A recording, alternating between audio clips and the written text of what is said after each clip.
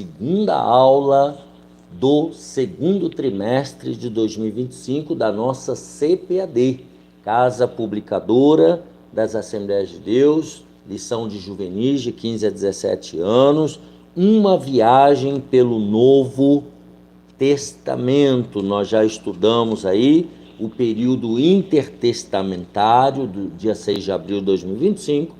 Agora nós vamos estudar a lição A Plenitude dos Tempos, 13 de abril de 2025, a lição comentada pelo irmão Edilberto Silva. Ele é que está nos conduzindo. Mas antes, deixa eu te avisar, deixa aqui embaixo o seu gostei, se inscreva no canal, se ainda não é inscrito, compartilhe essa videoaula para que muitas pessoas, principalmente seus contatos também, sejam abençoados por Deus. E, por gentileza, deixa aqui embaixo algum comentário, alguma observação, tá bom? Isso é muito importante.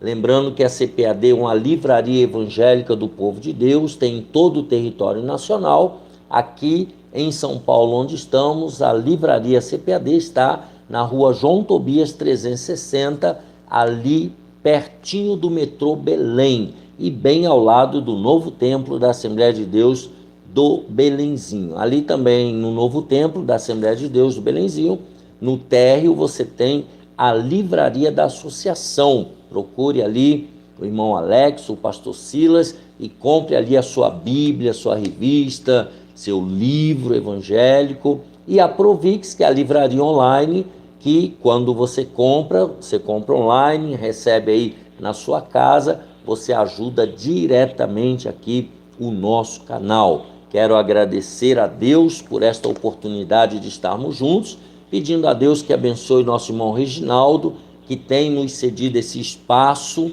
para colocarmos aqui o nosso estúdio provisório. Deus abençoe o irmão Reginaldo, sua esposa Francileide, sua filhinha Estherzinha.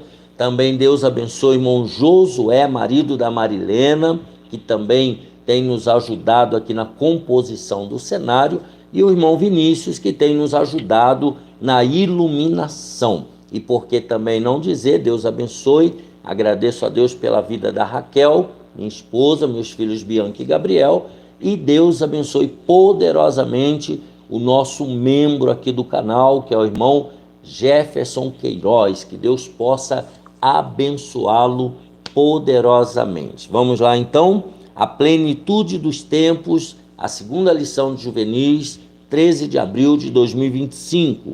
O texto está em Gálatas 4, verso 4, que diz: mas vindo a plenitude dos tempos, Deus enviou seu Filho, nascido de mulher, nascido sob a lei. A leitura bíblica em classe está em Isaías 7, 14 e 15, Gálatas 4, de 1 a 7 e Lucas 24, do versículo 25 ao 31. Portanto, mesmo o Senhor vos dará um sinal: eis que uma virgem conceberá e dará à luz um filho, e será o seu nome Emanuel.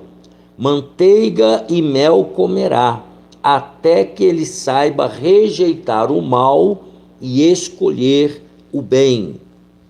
Digo, pois, que todo o tempo em que o herdeiro é menino, em nada difere do servo, ainda que seja senhor de tudo, mas está debaixo de tutores e curadores, até ao tempo determinado pelo Pai.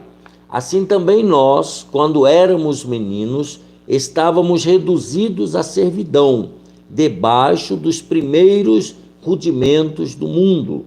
Mas, vindo a plenitude dos tempos, Deus enviou o seu Filho, nascido de mulher, nascido sob a lei, para remir os que estavam debaixo da lei, a fim de recebermos a adoção de filhos. E porque sois filhos, Deus enviou aos nossos corações o Espírito de seu Filho, que clama: Abba, Pai.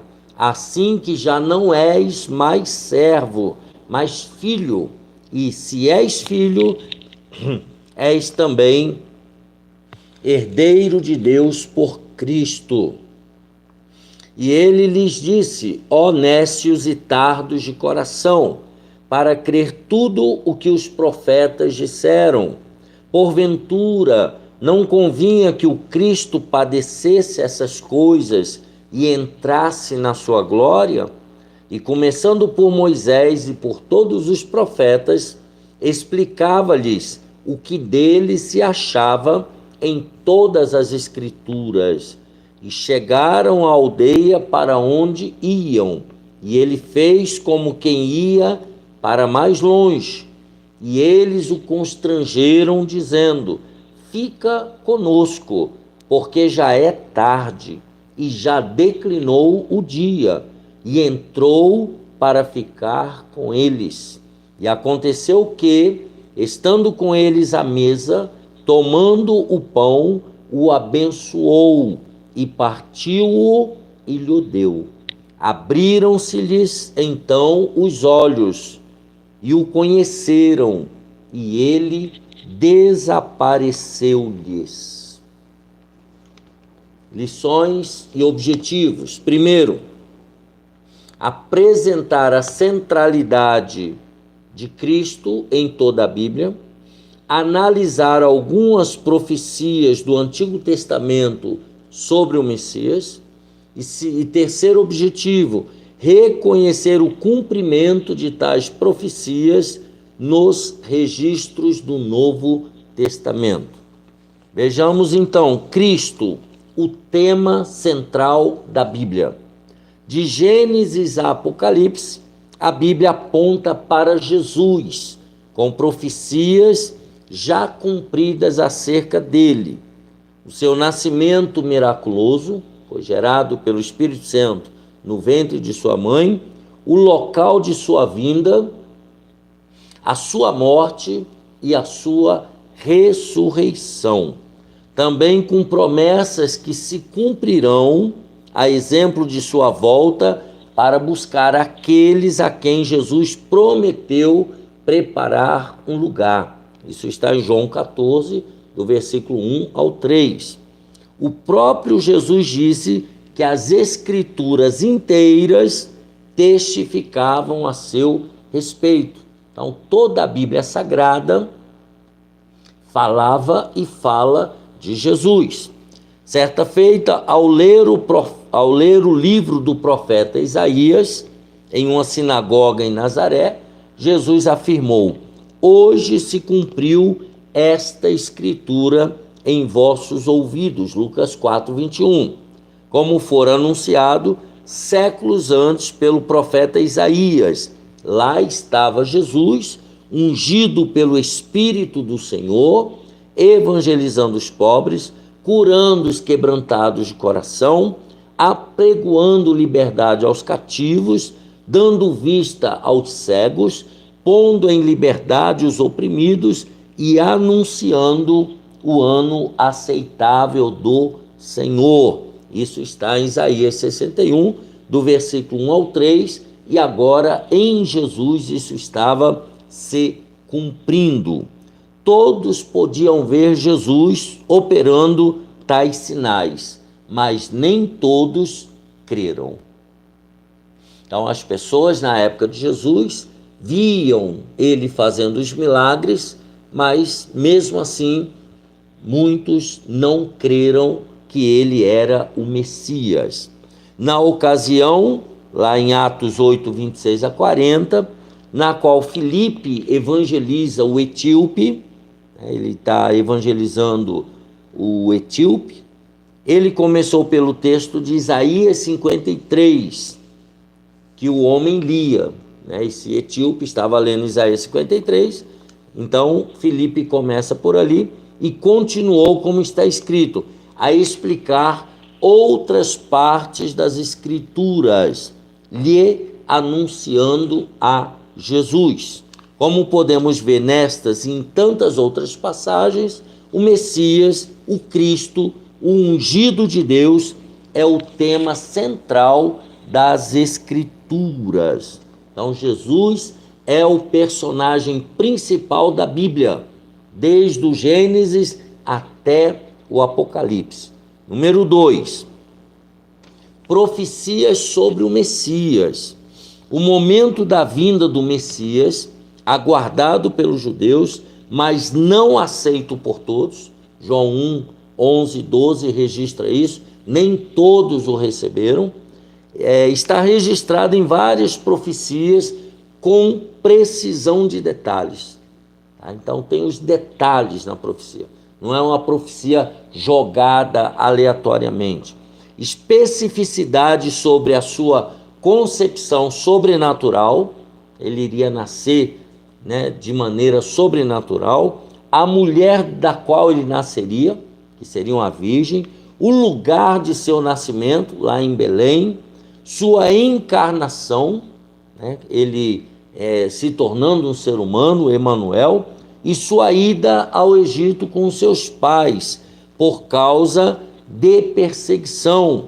São profetizados no Antigo Testamento e devidamente cumpridas no Novo Testamento. Então, tudo que aconteceu no Novo Testamento, acerca de Jesus, os profetas falaram no Antigo Testamento com muitos detalhes. Isso é que é importante. Número 2, a virgem.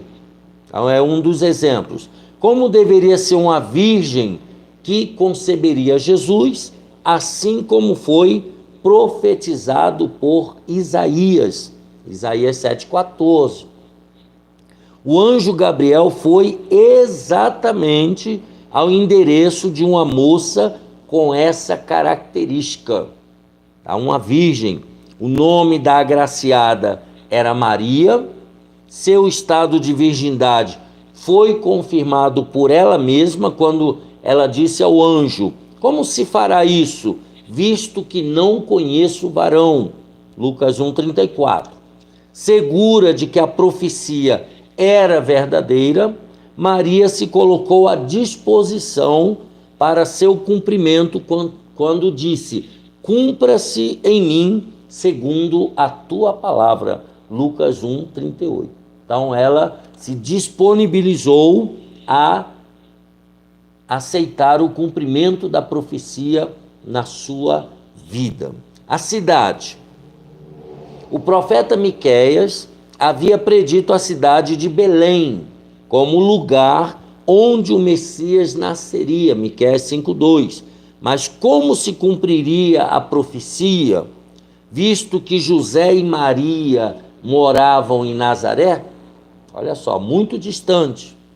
Um alistamento convocado por decreto da parte de César Augusto foi o meio usado por Deus para o deslocamento do casal até Belém. E nesse momento ela estava grávida. E aconteceu que quando eles estavam ali, se cumpriram os dias em que ela havia de dar à luz. Lucas 2:6. Lá, em cumprimento à profecia, nasceu Jesus. Então, preparou-se ali um censo, né? E todos tinham que se alistar, né? Todos tinham que passar pela pesquisa. Número 2 e 3, Deus conosco. É clara a citação de Isaías 7,14, em Mateus 1, 22 e 23, a respeito de Jesus. Ele seria chamado de Emanuel, que significa Deus conosco. Mateus até destaca: tudo isso aconteceu para que se cumprisse o que foi dito da parte do Senhor pelo profeta. Para ser Deus conosco, o Verbo se fez carne e habitou entre nós. João 1:14. Mas que verbo é esse? O evangelista João diz que o Verbo era Deus. E todas as coisas foram feitas por ele, e sem ele, nada do que foi feito se fez. João 1, do versículo 1 ao 3. Então, o Verbo que se fez carne é o mesmo Verbo que era Deus. Na eternidade ele era Deus, e ele então é gerado no ventre da mãe pelo Espírito Santo, no ventre de Maria, e ele então ganha forma humana. Número 2.4, perseguição ao nascer.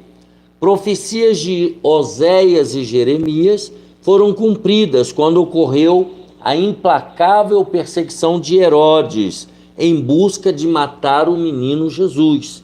Mateus 2, do versículo 13 ao 18, a tentativa de Herodes acabar com a vida de Jesus ainda bebê. O anjo do Senhor então aparece a José, informando-lhe da intenção do rei e sobre o que José deveria fazer. A ordem para José foi: levanta-te, toma o menino e a sua mãe e foge para o Egito. José então obedeceu. Sentindo-se enganado, muito irritado, Herodes então mandou matar todos os meninos que havia em Belém e em todos os seus contornos, de 2 anos para baixo. Então ele ficou esperando durante 2 anos e os magos não voltaram, cumprindo-se o que foi dito pelo profeta Jeremias, Jeremias 31:15. Tá? Então, Jeremias já havia profetizado que havia choro naquela nação, né, lamentando a morte. Passada a matança e já o morto rei, né, Herodes, a família de Jesus voltou para a terra de Israel, em cumprimento ao que o profeta Isaías disse: quando Israel era menino, eu o amei, e do Egito chamei o meu filho. Falando do bebezinho Jesus que ficou ali exilado.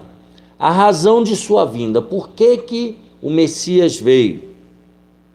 A principal razão da vinda de Jesus foi salvar a humanidade de seus pecados. Pecado que começou com Adão e Eva após, né, a queda lá no capítulo 3 do Gênesis. Embora ele também tenha curado muitos enfermos e feito diversos milagres. Em sonho, então, o anjo Gabriel confirmou a José o que já havia falado a Maria. Disse que o nome do menino seria Jesus, justamente porque ele salvará o seu povo dos seus pecados. Mateus 1, 20 e 21. Já adulto, então, na casa de Zaqueu, Jesus mesmo revelou a razão de sua vinda. Por que Jesus veio? Após falar que a salvação havia chegado, no dia da sua visita à casa daquele corrupto cobrador de impostos, explicou no versículo 10, porque o Filho do Homem veio buscar e salvar o que se havia perdido. Lucas 19, versos 9 e 10. Para a mulher pecadora que ungiu os seus pés, Jesus disse: os teus pecados são perdoados. Lucas 7, 48. Era comum nas curas que realizava Jesus também mencionar a sua missão salvadora. Então Jesus não apenas curava, mas ele tinha principalmente como missão a salvação do pecador. Vejamos a plenitude dos tempos. Certa vez, antes mesmo de curar um paralítico, Jesus disse que o perdoava pelos seus pecados. Lucas 5:20. Aos olhos humanos, esta poderia não ser a maior necessidade daquele homem. Olhando assim, aparentemente, não era. Entretanto, aos olhos do Deus Altíssimo, sim, era importante perdoar pecados, porque o nosso corpo terreno, ele é breve e é passageiro, mas a alma que Jesus perdoara naquele momento era eterna, e sob o perdão de Jesus passava a estar liberta de uma deficiência e dor ainda maiores, que seria a perdição da sua alma para o inferno. Naquela ocasião, houve questionamento por parte dos escribas e dos fariseus, porque só Deus podia perdoar os pecados. Então, na cabeça dos escribas e fariseus, aquilo ali era uma blasfêmia. Jesus, então, operou além. Jesus foi além disso, de perdoar pecados. Mostrou que a sua obra é completa e zelou por aquele homem também em sua angústia presente, em sua necessidade mais básica, temporária e terrena, curando também as suas pernas. É o versículo 24. Então Jesus curou as pernas, a paralisia daquele homem, para mostrar que ele tinha poder, sim, não só para curar, mas para perdoar pecados. Por isso, o testemunho de João Batista acerca de Jesus já predizia: todos nós recebemos também da sua plenitude, com graça sobre graça. João 1,16. Isto é, nós que não tínhamos parte alguma com Deus, nós éramos gentios, recebemos por favor imerecido, pela graça de Deus, todos os benefícios de nos tornarmos seus filhos. Mas não somente isto, graça sobre graça significa que, mesmo já tendo sido enormemente agraciados por esta obra completa de Jesus na cruz, ainda precisamos continuamente dessa graça até irmos nos encontrar com Ele em glória. Então, para viver neste mundo, para viver nesta vida, cumprindo a palavra de Deus, nós precisamos de graça, do favor de Deus, da presença de Deus na nossa vida, nos ajudando nessa caminhada até chegarmos ao céu. Concluindo, a obra do Senhor Jesus, ela é completa em nós. O que Jesus fez já está perfeito, já está completo, contemplando uma vida abundante, tanto aqui nesta vida como para a eternidade. Então nós já temos uma vida, a presença de Deus na nossa vida aqui já é completa e já está nos preparando também para uma vida abundante lá na eternidade, quando morremos aqui neste mundo. Entretanto, para usufruirmos de todas estas dádivas, carecemos de intimidade com Cristo, com o seu Espírito Santo. Precisamos ter o Espírito Santo como nosso aliado, como nosso amigo, agindo no processo de contínua santificação em nossas vidas.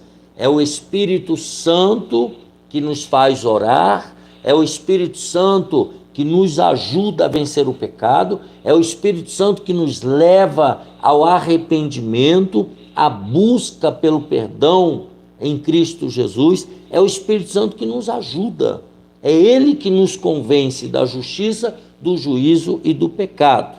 Então, apenas por meio do relacionamento com o Espírito Santo, temos a possibilidade de sermos cheios de toda a plenitude de Deus. Está lá em Efésios 3, do 14 ao 19. Portanto, nós já temos a plenitude dos tempos que começou lá em Mateus, Marcos, Lucas e João, registrou esse início do período da graça com a chegada de Jesus de Nazaré à terra. Assim nós terminamos a lição número 2, do dia 13 de abril de 2025, a plenitude dos tempos. Que lição maravilhosa, né?